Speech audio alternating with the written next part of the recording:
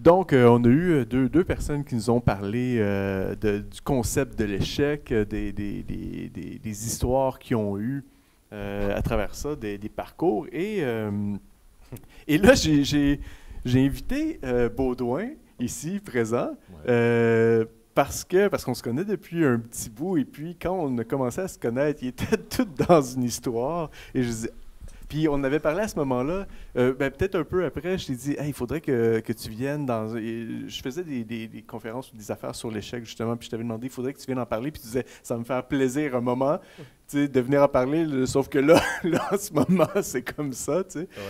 Ouais. Donc, Baudouin de chez Publicité Sauvage. Oui, bonjour. Est-ce que tu voudrais, parce que Publicité Sauvage, pour ceux qui ne savent pas, c'est de l'affichage urbain que tu as commencé cette entreprise-là comme un jeune punk en 83. Oui, 85 officiellement. 85. J'en ai fait avant, mais officiellement, c'est en 85-86. Fait que dans ce temps-là, c'est qu'on se promène avec des affiches, puis on les met ses poteaux. Oui, à l'époque, c'était partout. C'était partout. Parce que c'était illégal, premièrement. Il y avait un règlement de la Ville de Montréal qui empêchait l'affichage, qui datait de 1878. Et puis, fait que le principe même, moi, j'étais artiste à l'époque. J'avais fait mon bac en histoire de l'art à l'Université de Montréal, mais surtout pour ma pratique. J'étais rentré comme étudiant libre à l'université à 21 ans parce que j'ai un secondaire 4. Et j'ai toujours été très, très passionné par l'art, par le dessin quand j'étais enfant. Et j'ai eu mon premier kit de peinture à l'âge de 10 ans. Et c'est comme ça que j'ai appris par autodidacte la peinture et le dessin. Fait qu'à l'université, je me suis amusé comme un fou parce que je suis arrivé à Montréal à 16 ans. Sur le marché du travail, j'ai découvert un monde que je n'imaginais pas. Et puis voilà, en 85, suite à avoir travaillé dans le milieu des arts avec des danseurs, avec la compagnie Édouard Locke, où j'ai supervisé la campagne d'affichage.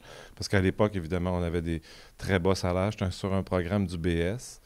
Puis, quand est venu le moment de programmer le spectacle de Human Sex au Spectrum de Montréal, ça, c'était en 85. Et là, j'ai dit à mon producteur, si j'engage du monde, mais si moi, je vais en poser des affiches, parce que j'engageais des équipes pour poser des affiches, tu vas-tu me payer? Fait qu'il dit, oui, oui, va te payer. Fait que là, c'est comme ça que j'ai commencé vraiment l'affichage sauvage. Parce que là, à l'époque, étant donné que c'était pas légal, on utilisait toutes les surfaces qu'on pouvait.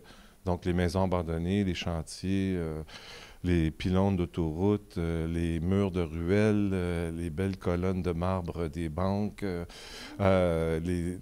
Tout. tout. Puis le principe aussi, au début, j'étais à pied. Fait que j'ai commencé avec un panier de linge sale dans lequel je mettais une boîte de carton et dans lequel je mettais mon seau de colle pour pas qu'on le voie. Puis là, je me promenais avec mon seau de colle et j'avais mon sac à dos avec mes affiches dedans. Fait que, puis là, je me promenais à Montréal, puis j'avais toujours un verre vide pour qu'à un moment donné, au bout d'un certain temps, j'arrivais... moi, à l'époque, c'est drôle parce que quand j'arrivais à Atwater, c'était le Dunkin' Donut. Puis je rentrais aux toilettes avec mon verre d'eau, je remplissais ma chaudière pour me faire de la colle, pour continuer à faire ma run. Puis le principe d'être à pied, ben là, c'était de déloader le plus d'affiches, parce que je partais avec 400-500 affiches sur mon dos. Fait qu'il fallait que j'y pose pour que ça s'allège et que je sois efficace. Puis mon but là-dedans, ben, c'était aussi, étant artiste, mes amis étant tous des artistes, tous des jeunes gens de théâtre qui commençaient les Ténèbres de ce monde, les Lorraine Pintal, les Michel Lemieux, Édouard Locke, Marie Chouinard, c'est tous des gens qui étaient au début de leur carrière. Puis le seul moyen qu'on avait de faire notre promotion, c'était l'affiche, qui coûtait presque rien. C'était l'impression et la pose n'était pas très coûteuse. Puis ces organismes-là n'ont jamais eu des gros moyens pour les médias. Aujourd'hui, ça a changé. Ceux qui sont les plus gros, mais les plus petits ont toujours besoin de ce type de médium-là. Fait que c'est ça. J'ai commencé à peu près à 25 ans. J'en ai fait pour Édouard. Le producteur m'a rappelé quelques mois plus tard après que j'ai été remercié parce qu'il ne pouvait plus me garder après 1 an et demi. Et là, j'ai dit oui, OK, je vais en faire. Et j'ai découvert un métier parce que j'aimais ça. Je pouvais travailler rapidement, poser mes affiches et à continuer ma création dans mon atelier. À l'époque, je faisais de la musique aussi beaucoup. J'étais punk, comme il disait. Fait que c'était parfait. Puis je travaillais à des heures différentes tout le temps. Puis moi, le 8 à 5, j'ai toujours eu beaucoup de difficultés avec ça. Fait que c'était parfait. C'était parfait jusqu'à ce que je découvre la compétition parce que j'étais pas le seul qui en faisait. Puis de fil en aiguille, avec les reproches que nos parents peuvent nous faire quand on est jeune, moi, mon père me disait toujours que je ne persévérais pas. Puis j'avais arrêté l'affichage au bout d'un an et demi, puis je me disais je ne serais jamais capable d'être un artiste parce que ça prenait beaucoup de place aussi. Et puis, à un moment donné, il m'a répété encore « Tu persévères jamais ». Puis j'ai dit « OK, Gabin, il m'a persévéré ». Et j'ai décidé de faire de l'affichage. Mais là, c'est devenu ma vie parce que la compétition, donc là, je suis devenu un entrepreneur, mais en même temps, j'aimais ça parce que j'avais un défi, c'était de donner de la visibilité aux gens du milieu de la culture. Et c'est efficace, l'affichage. Les gens, quand ils mettent des affiches, ils ont des gens dans leur salle. Et j'ai eu la preuve à plusieurs reprises. Le cinéma, c'est la même chose. Le théâtre, la danse, la voix, les shows de rock, tout ça, n'importe quoi. C'est un support indispensable maintenant. Mais il y a tout le temps, c'est ça, la culture se passe, peu importe qu'est-ce qui se passe, il y a tout le temps quelque chose de culturel qui Montréal grouille, est extraordinaire pour ça. Ben oui, c'est ça. Puis tout le monde se promène dans les rues aussi. Fait que tu as réussi à te créer, en fin de compte, ta job. Puis à travers le temps, ben là, tu en as eu des embûches, il y a eu tout plein d'affaires. Il y a eu les affaires avec la ville, il y a eu les affaires avec... oui, ça, c'est des embûches, c'est pas des échecs. C'est ça. Mais je trouvais ça drôle, le terme échec, parce que quand tu es entrepreneur, en fait, à moins de tout perdre, je crois que là, tu peux considérer que tu as vraiment un échec. Mais l'option d'échec est vraiment pas dans notre façon de voir les choses. C'est qu'il y a toujours une solution. Mon énergie a toujours été comme ça. Il y a un problème, il y a une solution. Réfléchis, il y a une solution. Comment on va le faire? Ça a été apprivoiser les problèmes. Continuellement. La compétition, je suis chanceux, j'avais un compétiteur ou deux. Dans n'importe quel type d'entreprise, tu vas avoir au moins 60 compétiteurs, et si ce n'est pas plus, au moins. Fait que j'ai développé un créneau quand même, à cause que c'était illégal, qui était assez spécifique.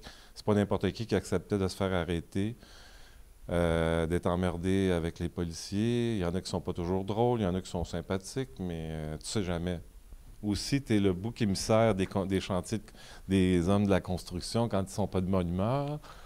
Et voilà.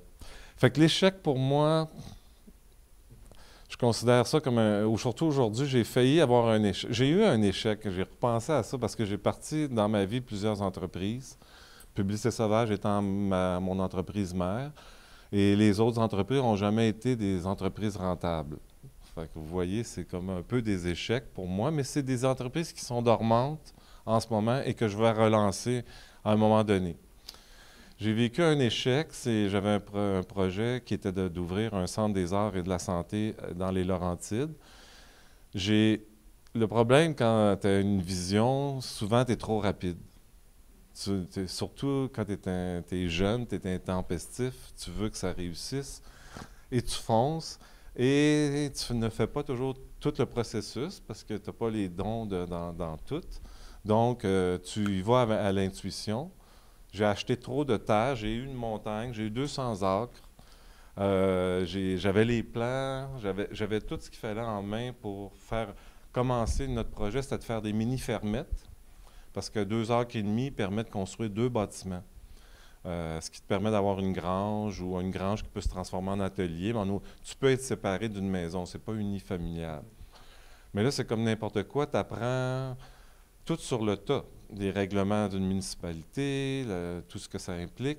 Et à 4 jours avant que l'appel arrive, les plans sont faits, la municipalité vient nous voir et on le savait, mais on n'avait jamais reparlé. Il y a la taxe de parc qu'on appelle, qui est une taxe qui vient quand tu vends un terrain, tu es supposé de payer une taxe de parc. Soit que tu réserves un terrain sur un domaine de 200 acres qui va être un parc pour la ville, ce qu'on avait fait, il y avait le choix. Et puis, ils sont arrivés à 4 jours. On a aussi le droit de l'utiliser pour les sentiers et loisirs. Nous, c'est des mini-fermettes. La ferme voisine, c'est des Français qui avaient acheté, c'est un ancien domaine de chevaux. Fait qu'eux autres, ils voyaient l'hébergement des chevaux éventuellement, parce que tu as le droit à 2 chevaux sur une mini-fermette.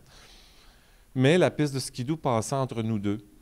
Et les sentiers loisirs dans les campagnes permettaient à la ville de passer la piste de skidoo chez nous.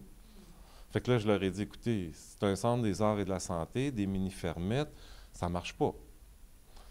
Et là, dans la quarantaine, t'exploses, t'es en crise, t'es pas de bonne humeur, t'en veux à la municipalité, puis j'ai dit, bon, pas de projet, pas de piste de skidoo, parce qu'il n'y avait pas moyen de s'en sortir avec eux. Ça a été pour moi un échec, parce que souvent, j'y pense encore. J'ai encore des terrains à la campagne. Aujourd'hui, je suis sur un lot de 8 acres que je suis en train de nettoyer. Puis j'ai la possibilité de faire un petit projet. Comme je vous dis, nos rêves continuent toujours. Sur 26 acres. On verra dans l'avenir. Fait que pour en revenir à l'échec, pour moi, ça a été un échec émotivement parce que je vois le potentiel qu'il y avait. C'est un rêve que j'ai l'autosuffisance. Bon, j'ai toujours été attiré par la santé, la méditation. En tout cas, toute ma vie, j'ai été centré parce que je viens de la nature. J'ai été élevé sur une ferme. Puis en étant élevé sur une ferme avec... Avoir des fermettes. Oui, puis on parlait pas d'agriculture biologique, on mangeait biologique. Ce terme-là n'existait pas. Je veux dire, on mangeait de la bonne viande et on mangeait... Et on est en santé, puis on n'allait jamais au médecin. Puis sinon, ma mère nous soignait avec des médecines naturelles. Puis j'ai appris à m'auto-guérir toute ma vie avec des médecines naturelles, c'est-à-dire des tisanes, des plantes, des traitements par l'énergie, ainsi de suite. Fait que c'est un parcours, en fin de compte, pour un entrepreneur, je pense. C'est pour ça que j'étais content d'en parler. Oui, mais tu as bien dit aussi, tu sais, puis on en avait parlé tout à l'heure aussi avec quelqu'un d'autre, mais l'échec, le mot échec, bon, c'est tough, mais c'est peut-être plus parlant pour du monde qui ont pas vécu encore d'échec, parce que l'échec, en fin de compte, c'est un sentiment, tu sais, parce que justement, c'est en vrai, tu n'as pas eu un échec vraiment, c'est juste quelque chose que tu dois surmonter. Oui. Parce que toi, tu te sens peut-être comme ah merde, tu sais, non, tu sais, j'ai manqué ma shot, j'ai manqué ma vie, j'ai manqué tout ça, mais après ça, tu repasses par-dessus, puis là, tu te rends compte que... En fin de compte, c'est un travail avec soi-même. Le travail d'entrepreneur, c'est qu'on est des passionnés. On est des passionnés d'apprendre. Apprendre par l'action. Fait que tu ne peux pas savoir ce que tu vas faire, mais tu y vas. Fait que l'action, c'est ce qui t'amène à faire des erreurs. Mais c'est de tes erreurs que tu apprends le plus. Il n'y a rien qui est parfait parce que tu peux pas... D'ailleurs, c'est prouvé, les gens qui sortent de l'université, ils suivent le modèle universitaire et ils se rendent compte qu'ils n'ont rien appris. Qu'il n'y a rien qui arrive comme ils pensaient, puis il n'y a rien qui se passe comme ils ont appris, comme ils ont passé des années à étudier. Puis là, ils ont des grosses gifles dans la gueule, comme on va dire. Puis en même temps, mais la passion de l'entrepreneuriat, c'est l'action que tu portes, parce que tu es passionné. Fait que moi, j'ai toujours été passionné de l'art, puis de ne pas pouvoir mettre de l'art dans la rue, de la culture, pour soutenir en plus des gens, je sais que je soutiens 25 personnes qui travaillent sur un spectacle. Quand ces gens-là viennent me dire « Hey, notre salle était pleine », ils ont vendu des billets. Puis je sais aussi qu'ils ne gagnent pas beaucoup d'argent. Fait que c'est comme, en même temps, c'est toujours une roue sans fin de s'entraider. Puis je pense que le plus gros secret, je pense, dans l'entrepreneuriat, pour moi, ça a été de découvrir le service. C'est quand tu es au service de... J'étais jeune et j'étais au service de la vie. Et en découvrant la société, dans ma vingtaine, j'ai fait « Fuck, je ne suis pas au service de la vie, je suis à mon service. » Puis là, je suis tombé dans l'ego. Et avec l'ego, on apprend aussi à se péter la gueule. Là, j'ai un bon recul. J'ai un bon recul. Tu peux en rire pas mal. Parce que Publicité Sauvage existe aujourd'hui depuis 37 ans. Fait que entre le gars qui a commencé avec sa colle et j'ai 48 employés aujourd'hui, je travaille à travers le Canada avec des sous-traitants. Je peux même vendre les États-Unis, mais je me casse pas le beigne avec ça parce que ça devient le contrôle. On perd le contrôle quand on est en sous-traitance, donc la qualité n'est pas la même. Fait que dans ce sens-là, je vais mollo. Et dans le cas du Canada, ben, on fait le Québec. On travaille beaucoup avec Québec, Ottawa, Hull, puis Toronto, qui nous amène surtout les clients ici, major, qui sont, parce que les bureaux de marketing sont à Toronto. On vend quelques campagnes à travers le Canada, mais j'insiste pas parce que j'ai une entente avec un partenaire on s'entend très bien, puis ça fait maintenant, je crois, 25 ans qu'on fait affaire ensemble. Et ce qui a permis à ma compagnie aussi de ne pas avoir ce partenaire-là comme compétiteur, car il a été mon compétiteur pendant des années. Parce que moi aussi, j'ai ouvert Toronto, parce que dans mes esprits de grandeur, je voulais faire le Canada. Mais lui, il était déjà là, puis il faisait bien son travail, puis il venait à Montréal. Bref, de fil en aiguille. Pour en revenir à l'échec. Oui, ben c'est ça, ça pourrait être. Non, mais tu sais, ça peut. On va changer le mot échec. Avec toi, on va le changer par défi. Oh, oui. Ça pourrait être quelque chose ou comme expérience. Ça. Expérience, oui, c'est ça. Mais il y en a toutes sortes. Tu sais, la COVID, ça en a été un immense, là, parce qu'il n'y avait plus de culture. Le monde ne pouvait plus sortir. Tu sais. Ça en a été un que tu pouvais sentir comme la fin va arriver ou il devait y avoir quelque chose qui se passe? Bien, moi, déjà, j'ai eu des peurs comme ça en 2001 où la palissade de construction à Montréal a changé complètement. C'est devenu souvent des clôtures de chantier en métal. Donc, on ne peut pas coller sur une... J'ai essayé de partir des produits là-dessus, mais c'est des clôtures très... volatiles, ils prennent dans le vent. En tout cas, on n'a pas le droit de les fixer parce qu'on est dans le mobilier urbain de la ville. C'est bien complexe. J'avais essayé quand même de mettre un encadré avec une toile dedans. Mais je voyais le problème grandir où les chantiers, si aujourd'hui, tous les chantiers qui sont en clôture de métal, ce serait extraordinaire. Je pourrais donner 10 fois plus de visibilité à tous mes clients. Mais vers 2005-2006, j'ai commencé à me dire, ben là, je vais partir une compagnie qui construit des clôtures. Voilà.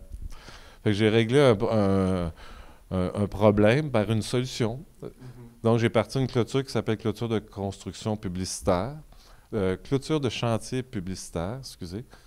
On l'appelle toujours CCP Construction. Fait que de fil en aiguille, on a bâti en bon an, mal an, 1000 à 1500 pieds linéaires à Montréal, ce qui est l'équivalent de ce qu'on perd en termes de palissade. Et c'est devenu de plus en plus important, créer des équipes vraiment, puis vraiment, c'est devenu une entreprise très importante pour nous parce que sinon, on aurait de la difficulté à diffuser vraiment à Montréal. Donc, tu vois, ça m'a amené, c'était pas un échec qui était dû à mon effort ou à mon expérience, mais j'ai trouvé une solution de fil en aiguille. Pour nous, dans le COVID, bien, justement, après 2006, j'ai décidé de développer le volet, parce que ma mission d'entreprise, Publicité Sauvage, c'était que l'affichage n'est pas cher. Toute la clientèle à l'époque, parce que j'ai pris le marché à peu près en 1996, en 1994, on a présenté à la ville, j'en avais marre d'être illégal. En 1992, on a réuni des avocats, un bureau d'avocats, puis on a écrit à nos clients pour avoir un soutien auprès de la ville pour changer, transformer le règlement. Donc, à partir de ce moment-là, ça a pris 2 ans. Il y avait le grand projet d'urbanisme de la Ville de Montréal avec M. Jean Doré à l'époque. Et ils ont adoré le projet. On a 60 clients qui nous ont accordé des lettres de soutien. Et en même temps, il y avait de l'autre côté, il y avait M. Choco de design à l'UQAM, qui lui aussi avait fait un recueil sur l'affichage à Montréal, parce que les autres, c'est des designers d'affiches. Et il avait fait tout un recueil en prouvant que c'était intéressant, puis ça embellissait une ville, puis c'était beau, une ville avec des affiches, et c'est le cas. Et à Montréal, il y a tellement de culture, fait que c'est extraordinaire. Et voilà, fait que dans les années 2006-2007, par contre, pour maintenir, à cause que j'engage beaucoup de gens, pour maintenir la rentabilité de l'entreprise, c'était toujours, on fait des profits, mais on ne peut pas réinvestir. Il faut toujours... puis bon, j'ai agrandi toujours le réseau, j'ai fait des choses... Moi, je travaillais aussi ailleurs, dans d'autres compagnies que j'essayais de partir. Fait que j'ai commencé à ouvrir sur le commercial. Ma vision pour moi a toujours été de défendre le milieu culturel. J'ai dit, ben, on va rentrer un créneau, certaines campagnes commerciales pour aller essayer de chercher un prix qui est le prix média et non pas le prix que je faisais de l'affichage, que de maintenir mes prix bas. Et c'est pour ça que la culture m'a toujours suivi. Si je mettais les prix à la valeur média pour le culturel, ben, il n'y en aurait plus dans la rue, mais il y aurait des chars partout, où il y aurait toutes sortes de produits. Il y en a maintenant. Maintenant, on mixe les deux. Avec la COVID, bien, ça a été une solution extraordinaire. C'est le commercial qui nous a permis de survivre. Sinon... Mais quand on fait la différence entre commercial et culturel, bien, tu sais, culturel, c'est théâtre, c'est spectacle, c'est expo, festival. Oui. Commercial, bien là, c'est des marques, c'est des produits. Des produits, de la mode. Beaucoup de mode, ça va être des produits, bon, Hydro-Québec, Énergir, la Caisse populaire, on fait des choses pour IKEA, ça peut être... on a fait des campagnes. Puis on a développé un côté créatif, c'est-à-dire qu'on essaie de changer un peu les choses dans la rue. Ça veut dire, bon, IKEA, il avait fait une campagne avec des boîtes qu'on accroche pour la journée du déménagement pour que les gens puissent déménager. Fait que les gens prennent des boîtes sur les palissades. Une autre fois, c'était des jeans. On installe des jeans sur les palissades. Les gens viennent chercher des jeans. Ça peut être... On a développé des boîtiers rétro-éclairés, qui sont des boîtiers à batterie. On a installé des systèmes de batterie pour pouvoir les alimenter le soir. Il y en avait un que vous avez fait, je me rappelle, c'était un genre de gros hublot. C'était pour une exposition, quelque chose comme ça. Puis là, tu allais voir. Puis là, tu avais, je pense, un astronaute là, dans le fond. Là, oui, ah non, ça, c'était pas le casino. C'était le nouveau, je pense, dans le centre-ville. Comment on appelle ça? Celui qu'on va... pour aller étudier... Le planétarium. Oui, le planétarium. Oui, c'est ça. Fait que tu arrivais, tu voyais quelque chose. C'était la nouvelle chaîne télé. Ah oui, c'est ça, exactement. La nouvelle chaîne télé d'information. Tu vois une palissade, puis là, tu écoutes une bulle, là, tu vas voir dans la bulle, puis là, tu vois justement... On avait fait un 3 dimensions avec une façon d'éclairer. La créativité va au-delà de mettre des affiches pour qu'est-ce qui est du commercial, parce que bon, ils ont plus d'argent, ils peuvent... Puis là, vous pouvez plus innover là-dedans. On a fait un mur de verdure avec des produits rochers, puis eux autres s'installent dans la rue, puis ils donnent les pots à la fin de la campagne de plantes. On a fait une campagne pour Joe Louis. On a installé 1000 Joe Louis sur la palissade, puis tu peux les prendre. On fait des choses comme aussi maintenant beaucoup d'interventions qui ne durent pas longtemps. Ça veut dire qu'ils vont faire un podcast avec. On a fait la campagne pour... j'oublie le nom, là. La ségrégation. OK? Tous les mots qui sont utilisés sur Internet pour rabaisser la personne, tous les types de personnes, tous les types, les hommes, les gays, les femmes. Puis les gars, ils affichaient, c'était 2 heures le punch. Les gars, ils affichaient, la police est venue, parce que c'était vraiment des paroles assez élevées. Là, le monde réagissait, puis là, le monde, il remplit la police. Hey, il y a du monde qui sont en train de mettre de quoi sur un mur. Oui, vraiment. Puis c'était tout filmé, puis ça a fait un gros reportage, puis ça a remporté des prix. Fait que c'est l'instantanéité. On joue beaucoup maintenant avec l'instantanéité. Mais reste que notre but, c'était de protéger le culturel, puis on continue encore à donner un service pour le culturel. On affiche dans les commerces. Encore là, dans les commerces, je ne suis pas un réseau d'encadrés. Je fais juste poser des affiches comme ici. Et on ne paye pas de loyer, donc on peut encore charger pas cher. Puis on a une bonne entente avec les commerçants. On décore, en fin de compte, leur mur. Puis la régularité, le fait qu'on est là régulièrement toutes les semaines, bien, une affiche ne devient pas périmée et on remet une autre affiche. Donc, il y a une rotation. Fait qu'on a créé comme un envoûtement de cette façon-là pour la culture et une décoration intérieure dans les commerces. Une dernière affaire, je ne sais pas si tu veux, on n'est pas obligé d'en développer tellement, mais dans des défis, tu sais, il y a le défi COVID et ça, mais aussi il y a le monde avec qui on s'associe, puis qu'il y a des choses qui peuvent arriver. Moi, là, tu sais, je touche, là, j'ai pas de bois, là, mais j'ai un associé depuis 25 ans, qui est Leonardo. Je vais t'en trouver. Il y en a, là. mais tu sais, on est comme la même famille, ça va bien, puis tout ça, mais c'est rare, ça, cette histoire de relation-là en affaires. Puis, quand tu veux partir en business, c'est le fun d'avoir quelqu'un avec qui travailler parce que tu es souvent seul, puis tout ça, tu sais. Mm. Mais tu peux avoir des histoires qui marchent pas bien pour des histoires. Puis toi, tu en as eu une, parce que quand je t'ai commencé à te rencontrer, quand on se parlait à peu près 2016, je Oui, pense, Culture Cible. avec Culture Cible, avec un autre projet, ben là, il y avait quelque chose qui se passait avec un associé, toi. Oui, oui, oui.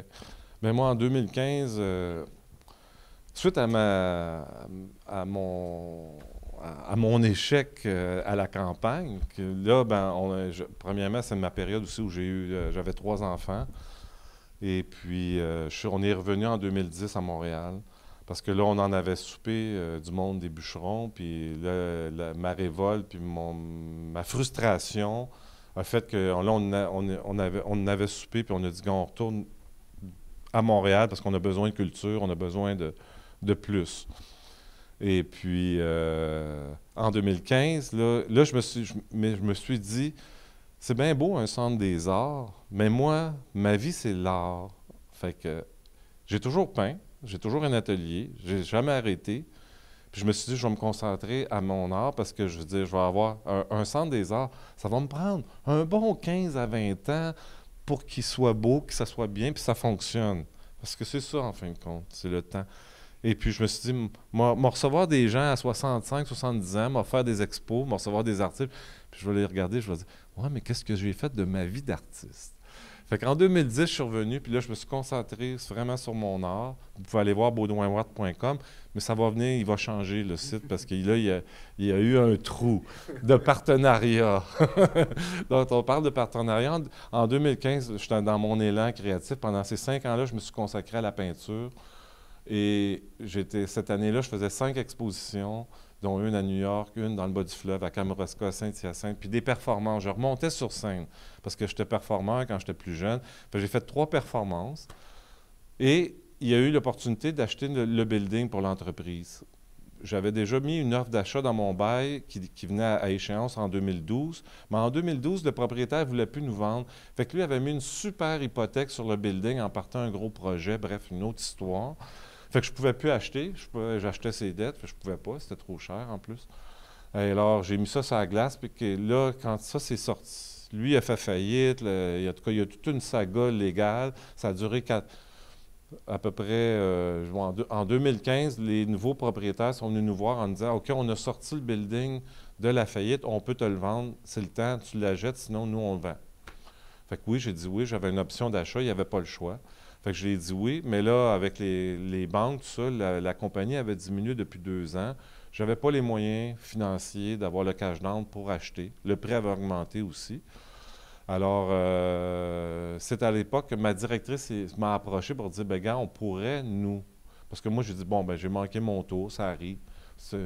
Meilleure chance la prochaine, on verra. Puis elle est venue me voir, elle dit, on pourrait peut-être s'associer puis mettre les sommes nécessaires pour le cash down. C'était pas énormément d'argent. Puis elle dit, on pourrait en parler à notre comptable agréé avec qui je faisais affaire depuis 25 ans, à un ami que j'appréciais. Et ma directrice faisait 15 ans qu'elle était avec moi et ma teneuse de livres qui faisait 10 ans. Fait que je dis, waouh, c'est le fun, on va faire un team. Puis je vais avoir enfin mon team à moi pour mon comptable agréé pour qu'il me coach davantage au niveau des livres. Et j'avais mon équipe. Fait que j'ai dit, OK, on embarque. Ils ont mis l'argent, j'ai fait confiance. Mon comptable, mon avocat, qui est le bon ami de mon comptable, parce que par lui, je l'ai connu. Ça fait 20 ans que je fais affaire avec lui. Mais ils sont associés aussi dans l'immobilier. Donc, mon comptable avait une mainmise un peu sur ces gens-là.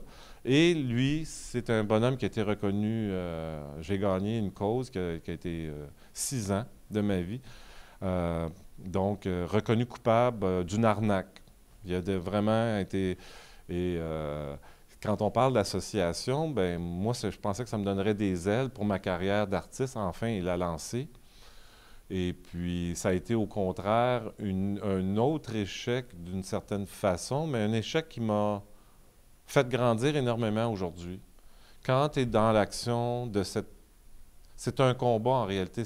Ça devient plus un travail. Tu dois protéger tes avoirs parce que là, on veut tes voler. Parce que c'est ça, là, il était en train de te tasser de là pour reprendre ce qui se passait. Oui. Et là, moi, je me rappelle, toi, tu étais là, non, ça ne marchera pas, il faut que je fasse ci. Puis là, tu disais, je ramasse mes affaires, mais là, Et là, tu retrouvais justement tes paperasses, tes affaires. Fait que tu sais, toi, tu avais ta business, tu avais Publicité Ben Sauvage oui. et tu avais le building que tu as eu avec eux, mais là, eux, ils étaient en train de tout reprendre Oui. pour dire, ben regarde, là, En c'était fait, pas c'est ça dans les... les termes du contrat, comment ils avaient été rédigés. C'est que j'avais 52 des actions. Donc, le comptable m'avait fait à croire que je continuerais à leader les affaires. Puis, en fin de compte, il y avait une clause du côté administratif qui était le 88 Et j'avais aussi donné la signature du compte de banque à mon comptable, parce que je faisais confiance. Et là, le 88 des votes, lui, il l'a associé à toutes les décisions d'entreprise, ce qui n'était pas vrai et ce qu'il n'avait pas le droit de faire, mais Ton expérience en fraude. en fraude, ben, il mettait la pression sur tout le monde. Puis il y a vraiment, je sais c'est quoi régner, diviser pour mieux régner, parce qu'il a vraiment divisé les gens dans l'entreprise. Fait que ça a été une expérience assez pénible, je dois l'admettre, parce que surtout que mes enfants, mon plus jeune avait 10 ans, 10, 15 puis 16, là, eux ils en ont eu soupé parce que tu deviens à un moment donné omnubilé par ça, parce que tu crois vraiment que tu vas tout perdre. Tu peux tout perdre. Puis un jour, je suis sorti de là, j'ai eu une personne qui m'a aidé. Encore là, il y a toujours des gens. La vie est bien faite parce qu'il y a vraiment un comptable agréé qu'une amie m'a référé, à qui j'ai été voir, puis je voulais de l'aide pour comprendre comment travailler avec un conseil d'administration. Je n'avais jamais travaillé avec un conseil d'administration. Et puis, là, lui a lu tout ça. Il ne voulait pas embarquer dans le côté que c'est bizarre ton contrat. Il dit, on va voir. Et j'ai réussi à le faire entrer dans ma compagnie comme une personne interposée entre nous pour nous donner la façon de fonctionner en conseil d'administration.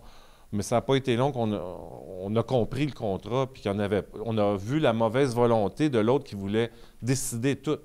Puis ça a commencé avec une simple carte de Noël que je voulais publier à cette année-là, en 2015, vu que je revenais, puis nous, on est dans le papier, je voulais faire une carte de Noël. Avec la carte de Noël, bon, je faisais un... Puis là, à la dernière minute, à 5h30, chez nous, j'ai appris l'imprimeur qui avait écrit à l'imprimeur pour arrêter la job parce qu'il n'était pas d'accord, puis que ma directrice n'était pas vraiment d'accord non plus, donc qu'il n'y avait pas le 88 Et c'est là que j'ai compris qu'est-ce que j'ai fait. Et ainsi de suite. 2 mois après, pour un cellulaire, je suis le président de mon entreprise, puis on commence à m'ostiner que j'aurais... Est-ce que mon cellulaire fonctionne? Est-ce que j'ai été voir le technicien? Mon comptable me revient en disant « Oh, je pense que j'en ai un chez moi, je vais te le rapporter. » Je venais d'en donner un à un vendeur en 5 minutes. C'était comme ça fait que la pression était mise sur moi. Bref, de fil en aiguille, à l'automne 2016, le pouvoir que j'avais du 52 c'était que je pouvais interdire la sortie d'argent des dividendes, leurs premiers dividendes. Et leurs dividendes, on l'a interdit parce que ma soeur était partenaire aussi avec moi. On a voté contre, donc ils n'avaient pas le 88 Et 10 jours après, j'arrive dans le compte de banque et ils ont sorti l'argent. Mais là, je te dis que les cheveux te frisent à la tête, puis tu as vraiment l'impression que tu peux tout perdre, puis ils peuvent vider le compte de banque. Cette sensation-là a été débile. Là, je suis allé chez mes avocats, puis c'est comme ça que j'ai parti de la cause en 2016. Et j'ai gagné en 2018. Mais là, ils ont amené ça en appel parce que c'est des gens qui ont l'art de la fraude, c'est de t'épuiser. T'épuiser financièrement, t'épuiser aussi psychologiquement. Et c'est vraiment difficile. Moi, c'est parce que j'ai vraiment appris des techniques quand j'étais plus jeune de taoïsme. J'ai fait beaucoup de méditation parce que tu fais des crises, tu viens malade. C'est émotif. Premièrement, c'est une trahison. Les 2 premières années, c'est une trahison de gens que tu aimes. Ça, c'est le pire, je crois, à vivre. Puis tu es confronté à eux tous les jours qui te dénigrent devant tes employés et qui te mettent toujours des bâtons dans les roues dès que tu arrives avec quelque chose. Ça ne m'a pas empêché d'augmenter le chiffre d'affaires d'1 million cette année-là. C'est ça qui les a surpris, parce qu'il y a une autre tactique dans ces contrats-là, c'est que si la compagnie va mal, bien, les actionnaires sont obligés de réinvestir de l'argent. Mais là, c'est mon comptable. Il sait que je n'ai pas d'argent. J'arrive de la campagne, j'ai plus une scène, j'ai vendu mes avoirs, j'ai pas de maison, j'ai rien. Il me connaît. C'était mon comptable aussi, personnel. Donc, où je voulais en venir, c'est que... Il va arriver, tu n'as pas d'argent, mais là, tu as amené 1 million. Tu as non, puis c'est ça. Le fait que j'amène autant de chiffre d'affaires, ça fait que la compagnie va bien. Fait qu'ils ne peuvent pas faire dépérir. Puis c'est ça qu'il est en train de faire, essayer de faire dépérir l'entreprise pour réinvestir. En réinvestissant, mettons, 100 000 Ils gagnent des parts ou ils ben gagnent un oui, peu, parce que puis moi, je peux pas. Ben ils vont dire, OK, on va le faire pour toi, mais là, ça dilue tes actions. Puis à ce moment-là, tu tombes plus à 52 mais en bas de 52 Puis là, ils te disent après ça, ils viennent te dire, bon, mais là, tu peux t'en aller chez vous, là, tu vas recevoir le salaire que tu as, puis on va s'arranger avec le reste. Fait que ça n'a pas été le cas, mais ça m'a permis. Moi, une chose qui était claire pour moi en 2016, c'était, je suis responsable d'avoir signé. Je pense que le principe même de comprendre que vous êtes responsable de vos actions dans la vie, il n'y a rien qui arrive à cause des autres, même si tu rencontres un méchant, c'est ta décision tout le temps, ta responsabilité. Fait que là, je leur ai dit en 2016, en février, je dis, regardez, là, cette convention-là, je l'ai lancée sur la table, j'ai dit, OK, je vais vous le prouver que c'est une arnaque. Je suis responsable, j'ai signé, je vais assumer ma responsabilité, puis ma compagnie, elle va aller de l'avant. Puis c'est ça qui m'a permis d'avoir le gosse, parce que, écoutez, je n'avais pas une scène. Ça a coûté une fortune d'avocat. Mais l'argent est arrivé. J'ai emprunté, j'ai eu des marges de crédit sur mes autres entreprises. Mon frère m'a aidé, ma soeur m'a aidé, puis j'avais pas assez d'argent. Des amis m'ont prêté de l'argent, puis il fallait qu'ils croient en moi, là, parce que si je perdais, c'était des dettes. Tu comprends? Fait que, mais ma détermination, c'est ce qui fait la force d'un entrepreneur. Tu es déterminé. Parce que. Tu étais persévérant? Très persévérant. Fait que ça a été une expérience assez intense, très difficile, comme je vous dis, pénible. Dans le coup, quand tu es dedans, maintenant, j'en suis sorti, là, c'est vraiment l'année. Mais en même temps, le COVID est arrivé, c'était pas tout à fait fini. Donc, c'était une pression de plus. Toutes les façons on voulait aller chercher du financement pour pouvoir passer à travers la crise. On a quand même passé de 50 employés à l'époque à peu près 18 employés. Mais maintenir la place, tout ça, fait que ça nous a permis vraiment là, avec eux autres qui nous mettaient des bâtons dans les roues pour le financement, ça a été une saga. Si vous voulez aller sur la Socige, vous irez voir... la Socige qui est quoi? Qui est le site des jugements à la Cour supérieure. Ou tapez Cour supérieure, jugement, puis ça va vous amener à la Socige. Puis vous tapez mon nom, W-A-R-T, vous allez voir qui est à côté. Je n'ai pas envie de le nommer, j'ai plus besoin. Et puis vous allez voir, c'est une saga extraordinaire parce qu'on est allé en cours plusieurs reprises pour des décisions dans l'entreprise. La cour d'appel, il est allé en appel, donc ça a duré une année et demie de plus. C'est incroyable. C'est incroyable. C'est incroyable, je vous le dis. Ça voudrait un livre. Aujourd'hui, c'est devenu une jurisprudence dans le monde des affaires au Québec. Puis c'est utilisé. Mes avocats m'ont appelé dernièrement pour me féliciter. Un autre avocat, à un moment donné, m'a dit « Baudouin, t'es mon héros. » C'est comme parce que personne va... Normalement, on règle à l'amiable parce que c'est toujours une perte d'argent d'aller à la cour. Les avocats s'en mettent plein les poches. Les durées, on n'en a aucun contrôle. On ne sait jamais quand est-ce qu'on va passer. Et la stratégie aussi, c'est de faire durer, comme je vous dis, c'est d'épuiser les portefeuilles de l'adversaire. Beaucoup. Fait qu'à un moment donné, tu t'arrêtes puis tu perds parce que tu n'as pas les moyens. Aujourd'hui, je suis très heureux parce que là, j'ai encore été plus loin dans ma compagnie. On n'a jamais fait des records comme ça de l'après-COVID. Cette année, je peux dire que je suis fier parce que j'ai une compagnie qui roule sur des roulettes. J'ai une nouvelle équipe, parce que ça a supposé une réorganisation, ce qui était assez pénible. Les séquelles d'un conflit aussi comme ça, les employés ont pris des façons de voir les choses. Ils se sont organisés tout seuls dans leur coin parce qu'ils ne voulaient pas se mêler de rien à un moment donné. Fait que il a fallu réouvrir, réenseigner la passion. La culture d'entreprise. Oui, la culture d'entreprise, de spreader la culture dans Montréal à travers le milieu, à travers... du plaisir à travailler. Et non pas d'être à une job puis venir chercher ta paye. Félicitations, c'est un bon, c'est quelque chose de bien. Qu'est-ce que tu ferais différemment là, à partir de là, des associés qui arriveraient ou des gens, comment que tu travaillerais ça? Quand tu es autodidacte, tu lis souvent ça que les bonnes entreprises finissent toujours par un bon partenariat. Je crois que c'est possible. Moi, en ce moment, évidemment, je serais baqué en termes de contrat. Je pense que l'objectif serait vraiment les rêves de chacun dans la passion. C'est pour des gens qui sont guidés par la passion, je pense qu'on maintenant, tu peux les sentir. Là, c'était plutôt moi qui étais dans mon monde, pensant que j'avais des gens qui m'aimaient, mais je n'ai pas vérifié. Puis on le lit dans tous les livres, vérifier, faites vérifier. Je ne suis pas un comptable, je ne suis pas un avocat. La loi, mais les bonnes entreprises, ils ont des bonnes ententes. Puis quand tu veux t'en aller, c'est une bonne façon de t'en aller. Il y a les moyens de le faire, puis tout le monde est gagnant-gagnant. En fait, quand tu fais des affaires pour que tout le monde soit gagnant, quand on parle vraiment gagnant-gagnant, c'est que tu t'offres un service qui fait que la personne est satisfaite parce qu'elle est heureuse du service que tu lui as rendu, bien, il est gagnant, tu es gagnant, il est content de te payer. Fait que pour moi, c'est ça. Je pense que ça sera encore possible parce que j'ai évidemment des rêves à l'infini.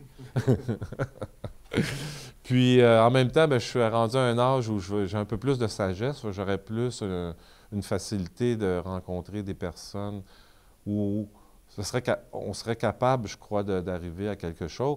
Mais en même temps, c'est un monde de requins. C'est carrément, quand tu vois, j'ai appris des histoires comme ça où des entrepreneurs ont tout perdu à cause de leur comptable dans un âge avancé, quand l'entreprise va bien, puis ils font confiance à leur comptable. Mais faites toujours vérifier vos papiers par au moins 2 spécialistes. Moi, je n'osais pas parce que ça va me coûter 500$. Je fais confiance à Paul, voyons, c'est mon avocat, Rob. Je fais affaire avec. Je veux dire, tu ne penses pas qu'ils vont te crosser, comme on dit. Fait que, mais ça c'est la responsabilité d'un entrepreneur. Tu dois vérifier tous les aspects légaux. Si tu soit avec le gouvernement, tu engages un comptable parce que tu sais que les lois qui peuvent changer au niveau de l'impôt, tu sais qu'il y a des choses à faire, mais tu n'as pas le goût de les faire comme entrepreneur. Moi, je ne suis pas un gars de livre, je suis un gars de terrain, je suis un gars d'action. J'ai mes qualités. Mes qualités, c'est de déléguer, mais il faut que j'aille chercher la bonne information. Ça prend du temps à prendre cette habitude-là et de prendre les moyens, même si ça a l'air de coûter cher. Quand on est jeune, on dit « Ah, Chris, 300$ pour aller voir un comptable, c'est beaucoup d'argent. » Moi, quand je vois l'argent que ça m'a coûté aujourd'hui, les années que j'ai perdues aussi dans ma passion, parce que là, c'est devenu un combat, quand tu dis qu'à tous les jours, tu te lèves pour aller te battre, et te défendre, pas te battre, te défendre tes convictions, défendre ton entreprise, défendre ton service, parce qu'en fin de compte, eux, ce qui les intéressait, c'était l'aspect immobilier. On le voit, moi, en 6 ans, bien, le building a doublé. Puis c'était un de leurs projets, à un moment donné, de mettre ça à terre puis de bâtir de quoi de plus gros. Donc, ça n'a plus rapport avec Publicité sauvage, avec l'âme de la culture. Ils s'en foutent, tu comprends? Ouais. Fait que ça, faut que tu sois avec des antennes pour sentir ces choses-là. Là, moi, j'étais dans ma bulle d'artiste, j'étais dans mon atelier. Les affaires, je les connaissais depuis longtemps. Fait que c'est pour ça que tu dis, ça va bien aller, ça va être génial. Puis aujourd'hui, si on n'avait pas eu ça, quand je regarde l'argent qu'on a mis chacun, puis lui, il paye des gars parce que c'est un gars très orgueilleux, il doit payer des avocats à 500$, si ce n'est pas 800$, plus des spécialistes pour essayer de prouver des choses, trouver des façons de prouver des choses de façon rocambolesque, c'est fou. Bref, je vous le dis, prenez le temps de faire vérifier, trouvez des amis qui ont quelqu'un de professionnel si vous n'avez pas les moyens, mais ne signez pas tant et aussi longtemps que vous n'avez pas compris ce que vous signez. Puis ça, c'est l'erreur qu'on fait, je pense. Je suis le meilleur exemple pour ça parce que, je veux dire, j'ai signé un contrat à 55 ans, puis qui m'a gobé 5 ans et demi, 6 ans de ma vie. Puis là, ça va me prendre encore quelques années de me remettre parce qu'au niveau santé, j'ai pas eu de vacances, j'avais plus d'argent. Parce que mes budgets ont été coupés, c'est eux autres que je gérais aussi. J'avais fait des concessions sur mon salaire, mais de la façon dont mon salaire avait été déclaré dans la convention, j'étais en dividende. Fait que quand ils ont sorti les dividendes, bien, le juge a arrêté la sortie de dividendes. Fait que j'ai perdu un des gros montants de ma paye. Fait que je me suis retrouvé avec des dettes que je n'arrivais pas à payer. J'ai été obligé d'avoir un locataire, tu sais, chez moi, en plus de mes enfants. À 56 ans. Tu sais, fait que c'était comme, tu reviens, puis j'ai commencé à magasiner pour les épiceries. Je te jure. Hey, mais avant qu'on fasse l'entrevue, tu me disais, on va pas parler 1 heure, hein, Nelson? Non, Là, je pense que ça doit faire Oh non, bon ça fait juste 5 minutes. Hein? Merci beaucoup, Baudouin. Ouais, C'était ça m'a vraiment fait un plaisir. super partage. Est-ce que il y a des gens qui ont des questions aussi, Baudouin, par rapport à l'histoire, par rapport au parcours, par rapport à faire des ententes? Oh, il y a quelqu'un dans le fond de la salle. Il va falloir que je cours aller en arrière. Oui, donc en fait, c'est quoi la suite maintenant pour Publicité Sauvage? Puis, parce que là, on a parlé de plein de choses, Mais là, on est d'innovation, puis tout ça. Oui, Fait que on c'est est en quoi, pleine là? réorganisation depuis la COVID.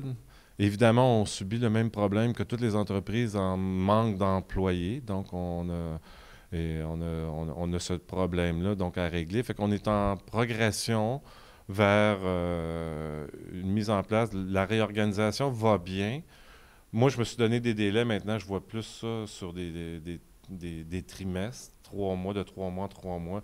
Je pense on va se contenter d'améliorer nos effectifs pour le travail puis le service parce que il y a des périodes où c'était un peu plus difficile pour arriver à avoir le même service qu'on avait avant. Et puis, moi, je me reposais parce que les idées viennent aussi quand on ne fait rien. J'ai des idées. Par rapport à moi, c'est mon retour à mon art.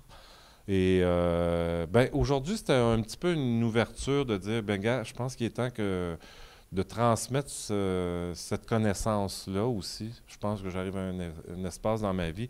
Publicité Sauvage va continuer pour plusieurs années parce que notre objectif va être de valoriser le papier face au numérique. Et je pense que ça va devenir un must même avec le temps. Puis le papier, ça reste encore très abordable, très, très abordable. Et la visibilité est là. Donc, j'ai une problématique à créer des espaces. Fait que ça va venir avec... j'ai des idées là-dessus. Puis, j'ai toujours voulu mettre de l'art partout dans la rue. Fait que j'ai un autre volet qui s'appelle Artevista que je ne vous ai pas parlé. Mais là, je le transforme en OBNL pour aller dans le monde de la subvention pour pouvoir mettre des œuvres sur les murs de Montréal qui sont comme des encadrés, mais pas des murales. Fait que c'est tout, mais c'est beaucoup de travail. Fait que là, je prends un pied de recul. Il y a un encadré comme ça que j'ai vu, puis je savais pas que c'était toi, puis je l'ai su par après. Je me rappelle pas c'est où, mais c'est sur un mur, il est immense, puis c'est Cyrus Oui, qui c'est ça, c'est qui La fait Gauchetière et Saint-Urbain. La Gauchetière et Saint-Urbain. D'accord. Puis tu vois, ça, c'est un tableau qui est là depuis 12 ans au moins. Tu vois, fait que... Mais j'ai jamais réussi à vendre Artevista parce que c'est trop cher aux corporatifs. Artevista, c'est une banque d'artistes qu'on avait. On proposait à des entreprises des tableaux à mettre, mais pas des murales, parce que pour moi, la murale, ça abîme le mobilier urbain. Les gens vont s'en rendre compte avec le temps parce que la brique ne respire pas. Puis j'ai vu des murs de briques qui durent 100 ans, durer 15 ans, puis ça s'effrite tout. C'est pour ça qu'ils remettent du ciment maintenant. Fait que c'est une autre façon et c'est un autre art. Moi, on voulait vraiment l'art contemporain dans la rue, sortir des musées. Là, on a commencé avec Art urbain à le faire par l'affiche. Vous avez vu, il y a Mémoire du futur qui est dans la rue en ce moment, qui est en conjointure, ça se dit pas bien. Collaboration. Ouais, en collaboration avec Art souterrain. Donc, dans Instagram, ça roule. Art urbain roule dans Instagram. Fait qu'on commence à bâtir aussi le volet des nouveaux médias, les plateformes numériques APS, à Publicité Sauvage. À cause du conflit, eux autres n'ont jamais voulu mettre d'argent là-dedans. Puis ça fait longtemps que je veux faire plein de choses. On est dynamique, on est dans la rue, mais il faut l'amener sur le web. Fait qu'il y a des projets... ça n'arrête pas. Puis grossir. Hein? Pourquoi pas? Pourquoi pas rendu là? Merci beaucoup, Baudouin. C'était vraiment un plaisir de t'avoir ici. Un plaisir. Content de t'avoir ici.